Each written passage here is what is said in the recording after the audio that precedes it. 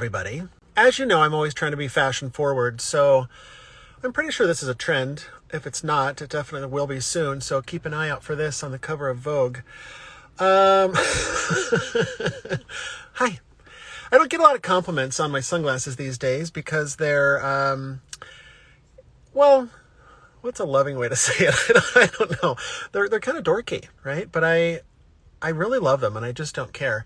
I used to wear these, the old brick sunglasses that you see the old grannies wearing, you know, that you purchase at the pharmacy at CVS or whatever, that are like $5. Those are the boys that I want on my face, because I don't like switching back and forth between, you know, prescription sunglasses and my regular glasses, and but like what's the solution here? And the solution is to look like an octogenarian walking down the street and just not caring what people think about you. That's the solution. So these ones are they're a step up from the brick, actually. The old CVS version. Got these on Amazon, and you can't see because of the filter, but they're blue. So I feel like a real cool guy, especially when when the lid is flipped up like this. So didn't expect to talk about my glasses today, but that's where we're at, guys. Hi.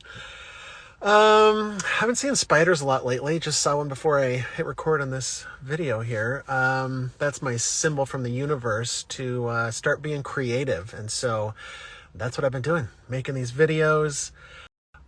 Been diving deep into the AI art scene, by the way. So if you haven't followed my art account yet here on Instagram, follow the link art account, guys. What else do I want to talk about? Synchronicities. Lots of synchronicities lately. I feel like it used to be, you know, once a week or twice a week. Oh, there's a 111. Oh, there's my number again. And now it's just like this constant barrage. It's like a fire hose being sprayed directly at my face from 2 inches away with these synchronicities, guys. Super intense. It's almost blasting the flesh off my skull. That's how powerful it is. And I'm not the only one. I know that you guys are seeing them as well because you tell me. And my sister just texted me a synchronicity as well. And her and I had a long chat about it. And it's getting weird. I don't know if it's just like that these synchronicities have always been there and I'm just aware of it now and sort of hyper aware of it and seeing them everywhere. Are you asking what are synchronicities? The synchronicities are like seeing 111 or 369, that, you know, these numbers that you see everywhere over and over and over again. Or like, you know, I'll be thinking about a tiger, and then all of a sudden, for the next week, I'm just seeing tigers everywhere, you know, just tigers on my Instagram randomly. And people are mentioning tigers at the grocery store randomly, or I'll see it in an advertisement, or it's just like, I don't know if it's like, you know, when you buy a new car, and then you start seeing that car everywhere, you know, like before you didn't notice that make and model, but now you bought your car and now you're seeing it everywhere because you're driving it. Like, I wonder what percentage of it is that versus, because sometimes, guys, I'll play with it. That's how I roll, is it is actually sunny, so I'm going to like lock these into place. That's much better. My little peeps were getting a little strained. My poor sensitive blue peeps. Sometimes I'll play with the universe, right? And I'll just see, like, how does this work? Or I believe we're in a simulation or something. I don't believe that we're in a simulation. I think there's a very high likelihood that we are in a simulation. So if that's the case, I like to just play with it and see, like, well, okay, if I were in a simulation, what would happen if I started like thinking of something and seeing if it'll pop up into my reality? That sort of weird shit, right? So I go on these long walks, right? And so it gives me lots of opportunity to play these games with the universe. So I'll think of just something random. The first thing that pops into my head, ice cube. That just popped into my head, right? So then all day long, I'll try to like think about and concentrate on ice cubes. And it's not every time, right? It's not 100%, but I don't know, 75, 80% of the time when I do this, it works. And I'll be walking along and there'll be a a delivery truck with ice cubes on the side of it, or, an advertisement with Coca-Cola and a bunch of ice cubes, or somebody will mention ice cubes in their drink, or Ice Cube the rapper, or the universe doesn't always do it exactly how I picture it. Like I think of an ice cube for my beverage, but oftentimes I'll start seeing the rapper Ice Cube everywhere, just to keep this analogy going.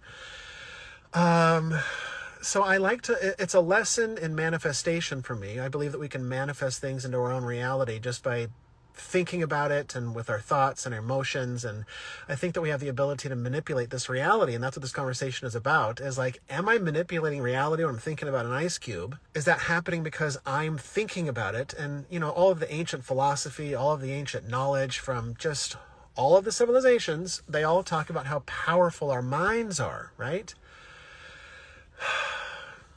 And I like playing with that because I think some of these people who really dug deep and really dove all in, like Plato or Socrates or some of these mystery cults, from ancient times, or these people who claim to have, the knowledge, the truth from the universe, that had been to the other side and come back, and that sort of a thing makes you question all of it, right? And I played with these things, and I often get results. That's why we're talking about it.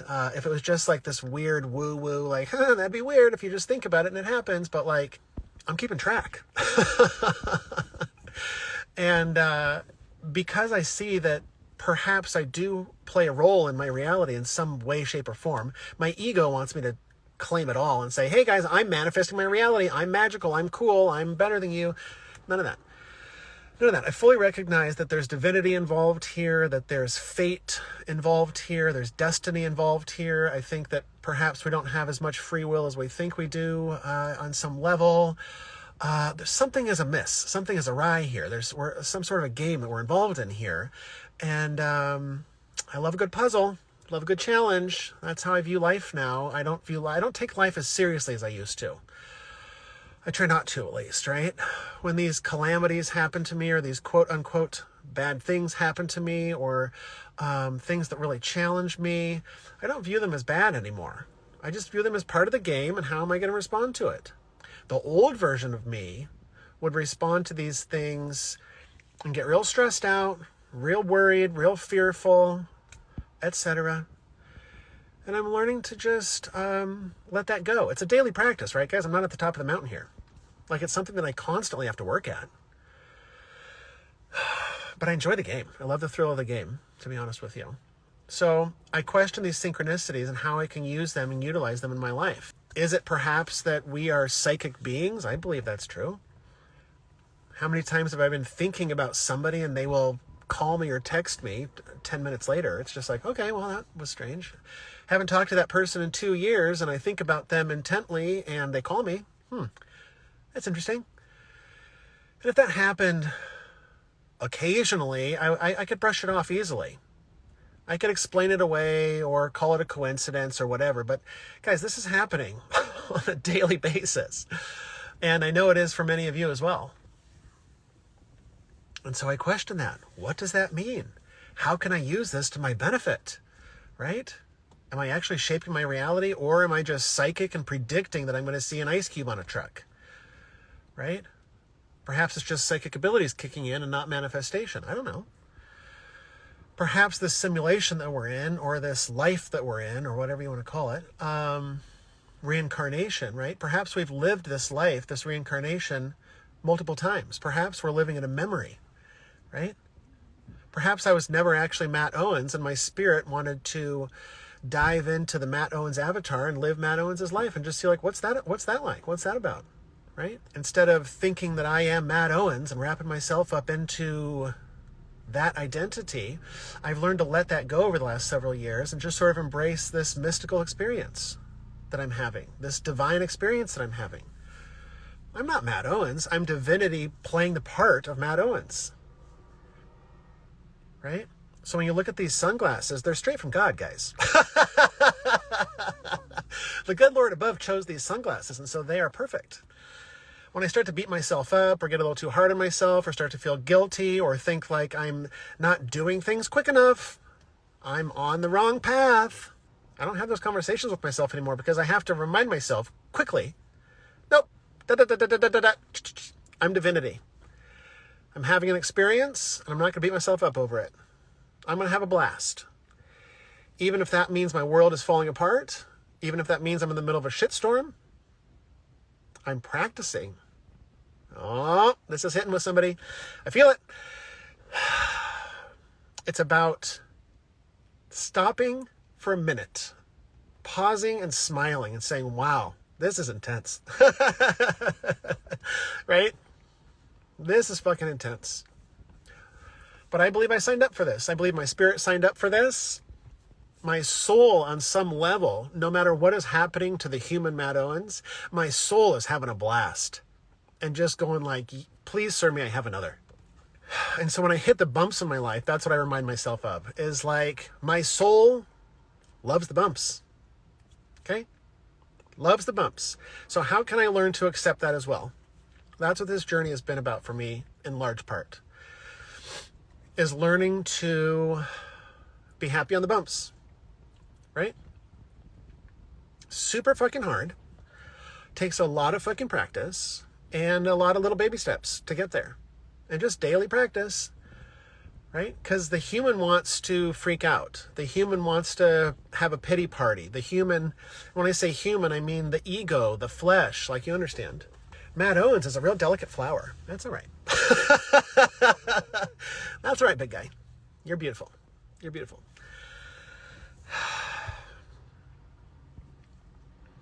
Well, this is a fun conversation.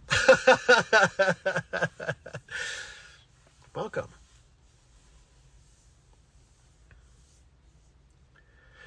I've been playing with balance a lot lately, and I think that's what I want to talk about. I just had a friend reach out to me and just ask a couple questions like I had earlier mentioned about intermittent fasting. And she just asked me a few questions, and I said, well, I'll answer them, and I did briefly, but I said I'm going to make a video about it. I think she watches some of these videos, so perhaps the good Lord will lead her to watch this video today, because this is for you.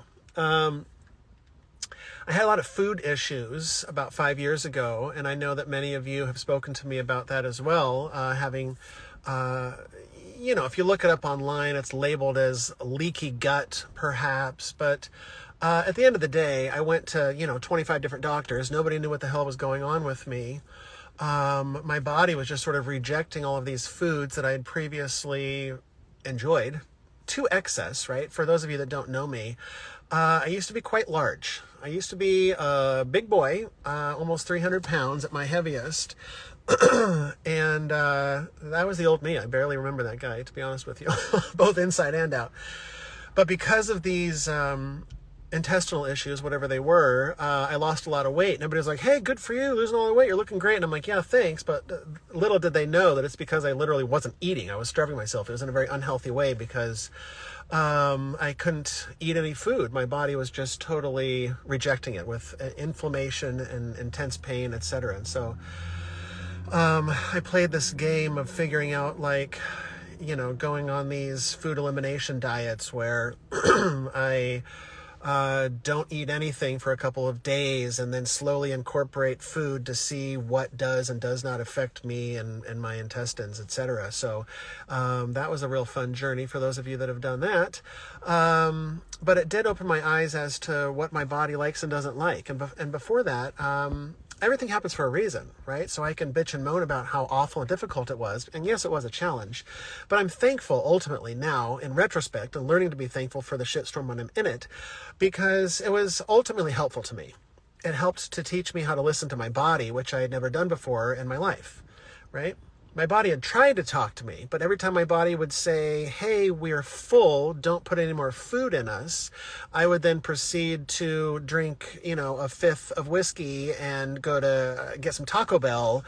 I wouldn't drive drunk is what I'm insinuating there, but like I would eat unhealthy. Let's step that back a few there so I don't get some calls from my family that are concerned about me drinking a fifth of whiskey. And you're a heavy eater. I got interrupted there, so I'm curious where we'll pick up. But previous versions of myself had very addictive tendencies, right?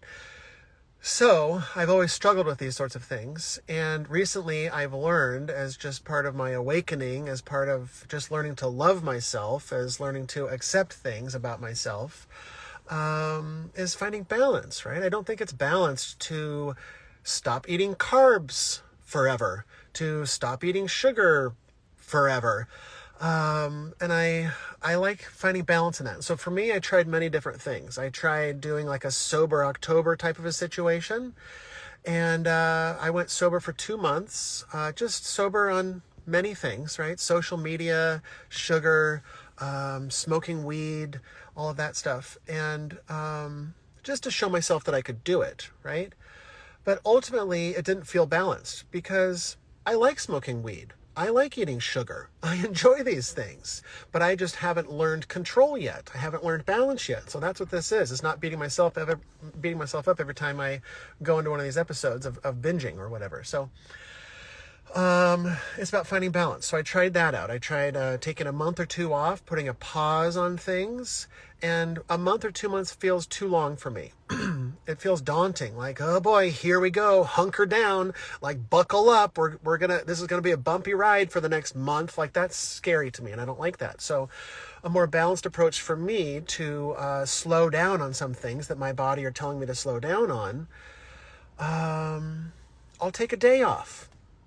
Maybe I'll say, like, you know what, I'm gonna take a few days off or a week off. That seems reasonable to me. Just to give my body a break, right? Like yesterday, for example, my body's been telling me that I'm smoking too much weed. And so yesterday, I didn't smoke at all. And I felt fantastic. Now before, a few months ago, before I started practicing, that would have scared the hell out of me. What do you mean I have to stop smoking? How long? A day? A week? A few days? But then when can I start again? Like it was a fearful thing. So I just had to practice and calm myself down and say, look, bud, you can do this. You know that you can do this. We've done it before. Like, it's nothing to be scared about. And it's one of those things, just like going to the gym, where it sort of sucks going to the gym and it kind of sucks doing the exercises, right? But when you're done, you feel great. And you know that you'll feel great, but it's about convincing yourself to just shut the fuck up and go to the gym, right? And so that's what I'm talking about, is like telling the voice in my head, who I call Hal, I just tell Hal, dude, take a break, okay? Like, put a little duct tape over that mouth, have a breather. You've been yakking at me for a while. We're going to take a break. And then I feel great afterwards, whether it's a day or a week or a month or whatever. And it's about listening to your body, because you know when your body's telling you to take a break. But because of old programming or fears or whatever, you don't listen to that voice, right? And I'm speaking from myself here too, right? Definitely, overate, and I say overate, oversmoked, overdrank, but according to who?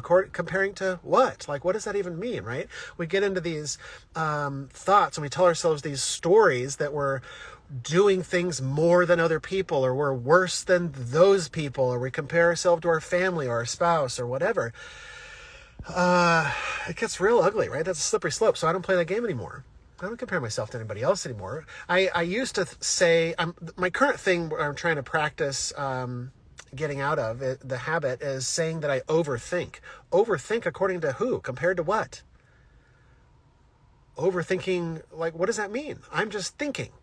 I'm a person that likes to think a lot. Now, when there's worry and stress involved, okay, you can call that overthinking. I just call that fear. I'm just scared. I just put it in the fear pile over here and I take it out. Then I just go back to thinking again. Right? So now I can think about what the government is doing without fear. Because I'm just thinking about it intellectually. I'm just like, well, it's interesting that they're doing that, or that's happening, or I wonder what'll happen if it goes down this road, etc. Right? Separating the fear. The wheat from the chaff situation, right? So you have to find out what works for you, because what I'm talking about might not work for you. For those of you that are interested in intermittent fasting, if you feel led to do it, or if you're curious about it, then this message is for you. Hi, welcome. You were meant to hear this today. Take a break. You can do it. I know it seems difficult or daunting, but just give it a whirl. Try it out and you'll love it. So lately what I'm doing with food that's working really well for me, first I tried skipping food all day, where I would do every other day. one day from sunrise to sunset, or whatever works for you, I wouldn't eat anything. And then the next day I would just eat whatever I want with no guilt, try to be balanced, right? But don't go nuts. But if you do go nuts, that's fine, because tomorrow we're not eating again. And it's just this pattern that worked for me. And it worked for a while, and then until it didn't, right? And that's okay. Like for me, I beat myself up when I fail at something, but it's not a failure. It just doesn't work for you. Yeah, but all these other people do it successfully and I'm not doing it successfully enough, blah, blah, blah. That's a story. Ignore that. Throw it out the window. Okay, didn't work for you. Try something else, right? Find what works for you. And you'll know when it works for you because it'll feel great. You'll be like, oh shit, that was hard, but So what I'm currently doing is I'm eating only between the hours of 9 a.m. and 5 p.m. And then from 5 p.m. overnight to 9 a.m., I fast. And that seems totally reasonable for me. And again, scary when I first tried it. But then when I tried it, I was like, shit, I feel good. It feels good to wait, to not just cram food down your throat, 20 minutes after you wake up, or to chug a bunch of coffee right after you wake up, because that's what I was doing.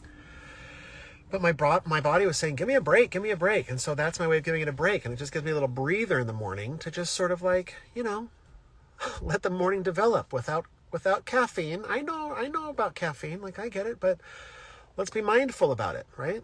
Instead of unconsciously chugging or unconsciously eating, let's just mindfully do this until 9 a.m. And then you can put the feeding trough on and go nuts, right? And then at 5 p.m., cutting off really works for me.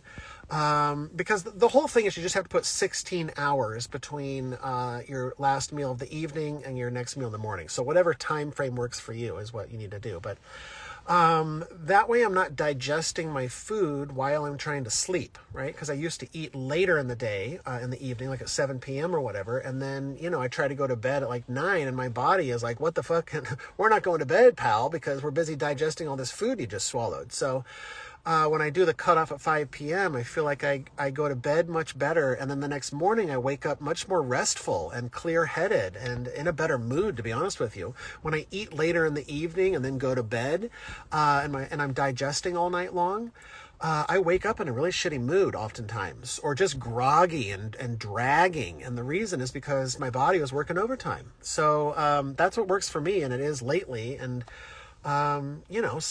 tomorrow that could totally change. And I'm like, well, let's just try something else and shift gears a little bit. I'm just always willing to shift gears on these sorts of things. So, I think that's about all I got to talk about on that. So, check out my AI account on Instagram, and I got the podcast going, A Cult of Misfits, on Spotify. So check that out as well. And, stay tuned for more videos. Love you, and transmission.